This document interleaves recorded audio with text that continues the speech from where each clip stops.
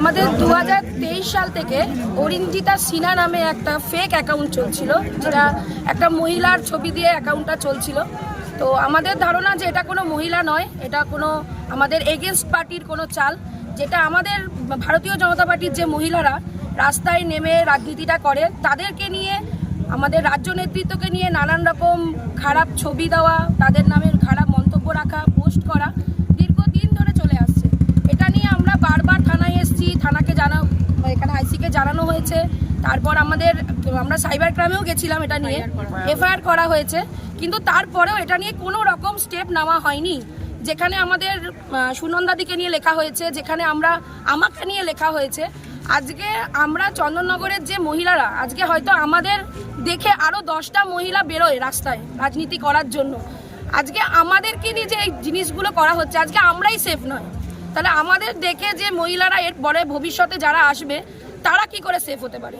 আমাদের তনুকা শিকদার, যার কাছে আইসি স্যার এই ইয়েটা দিয়েছিল, আয়ো ম্যাডাম, তার কাছে এই কেসটা গেছিল, তার কাছে আমরা বারবার গেছি, আমরা সমস্ত ডকুমেন্টস জমা করেছি, সুনন্দাদির আধার কার্ড জমা করা হয়েছে, আমরা সমস্ত যে অ্যাকাউন্টের যে ছবি লিঙ্ক, কোন নামে লিঙ্ক আছে সেই লিঙ্ক পর্যন্ত থানায় দেওয়া হয়েছে, তারপরেও উনি কোনো স্টেপ নেয়নি।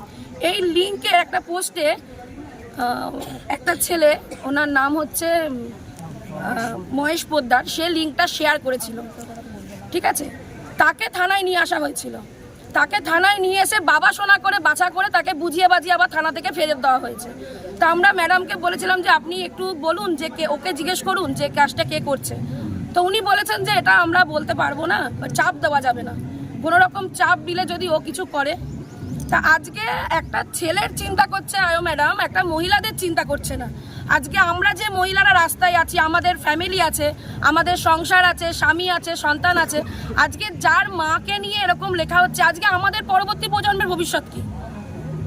আজকে আমাকে নিয়ে যে লেখা হচ্ছে, হয়তো আমার বাড়ির লোক, ফ্যামিলির লোক জিনিসটা না মেনে নিয়ে আমাকে বাড়ি থেকে তাড়িয়ে দিতে পারতো, সুনন্দাদিকে কিছু কোনো স্টেপ নিতে পারতো। আজকে আমরা যখন সেফ নয়, আজকে আমাদের সন্তানের দিকে যদি কোনোদিনও আঙুল ওঠে যে তোর মায়ের নামে এইসব লেখা হচ্ছে, তাহলে তার ভবিষ্যৎটা কোথায় গিয়ে দাঁড়াচ্ছে? যে পুলিশ প্রশাসনের কাছে আমরা সব কিছু জানাই যে আমাদের সেফ দেওয়ার জন্য, আমাদের গাইড করার জন্য যে পুলিশ প্রশাসন, তারা আজকে আমাদের চন্দননগরের মেয়েদেরই সেভ করতে পারছে না। চন্দননগরের মেয়েরাই সুরক্ষিত নেই, তাহলে আমরা বাইরের মেয়েদের নিয়ে কি লড়বো? আমরাই তো সেফ নয়। আইসি ম্যাডাম কি বললেন? আজকে আইসি স্যার একটু, আমরা যেহেতু এরকম হয়েছে আর কি, প্রোগ্রামটা করা হয়েছে, তো উনি বলছেন যে পুলিশকে কেন বলা হয়েছে। পুলিশকে আমরা কোনো কিছু বলিনি, পুলিশের নামে হয়তো আমরা চেঁচামেচি করেছি। আমাদের ধারণা যে পুলিশ কোনো স্টেপ নিচ্ছে না।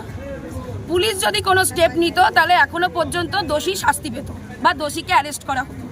সেই পুলিশ এখনো পর্যন্ত কেন কিছু করছে না, এটা হচ্ছে আমাদের প্রস্তাব। আমরা আইসি স্যারকে জানিয়েছি যে যত শীঘ্র পারে যেন উনি এর কোনো স্টেপ নেয়, কে করছে তার প্রতি যেন লিগ্যাল কোনো অ্যাকশন আসে।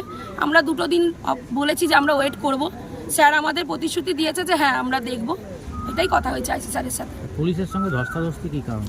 দেখুন, আমরা বারবার এই একই কেস নিয়ে বারবার থানায় এসেছি। এর আগে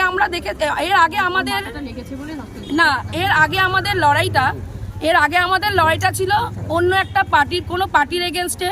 কোনো মেয়েকে ধর্ষণ করা হয়েছে তার জন্য আমরা রাস্তায় নেমেছি, কারোর কোনো ক্ষতি হয়েছে তার জন্য আমরা রাস্তায় নেমেছি। আজকে আমরা যে রাস্তায় নেমেছি, আমরা নিজের জন্য নেমেছি, আমরা সাধারণ আরও 10টা মেয়ের জন্য লড়াই নেমেছি। আজকে যদি আমরাই লড়াইয়ে না নামি, আমরা যদি মহিলাদের জন্য না লড়ি, তাহলে আর সাধারণ 10টা মেয়ে কি করে লড়বে?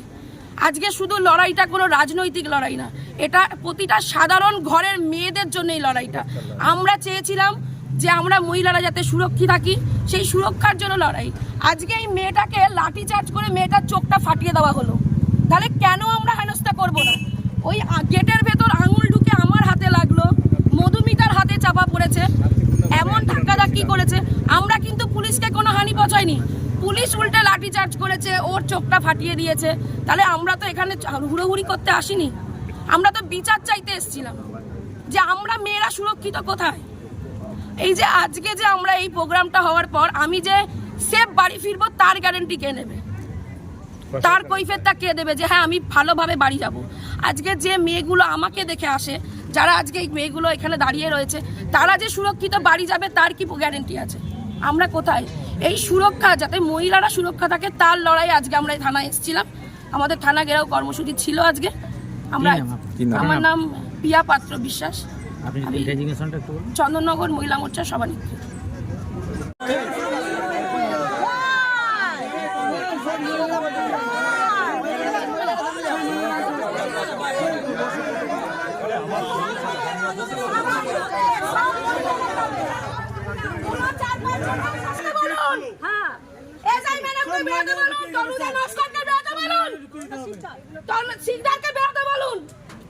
নিজে একটা মহিলা, একটা মহিলাকে সুরক্ষা দিতে পারছে না, থানা চেয়ারে বসে আছে।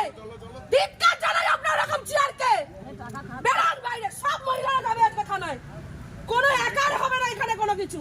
বারবার থানায় এসছি আমরা, একটা মহিলাদের নিয়ে লেখা হচ্ছে, বাজে কথা বলা হচ্ছে। আপনি বলছেন একটা ছেলে সুসাইড করবে, আমরা প্রতিটা মহিলা সুসাইড করব।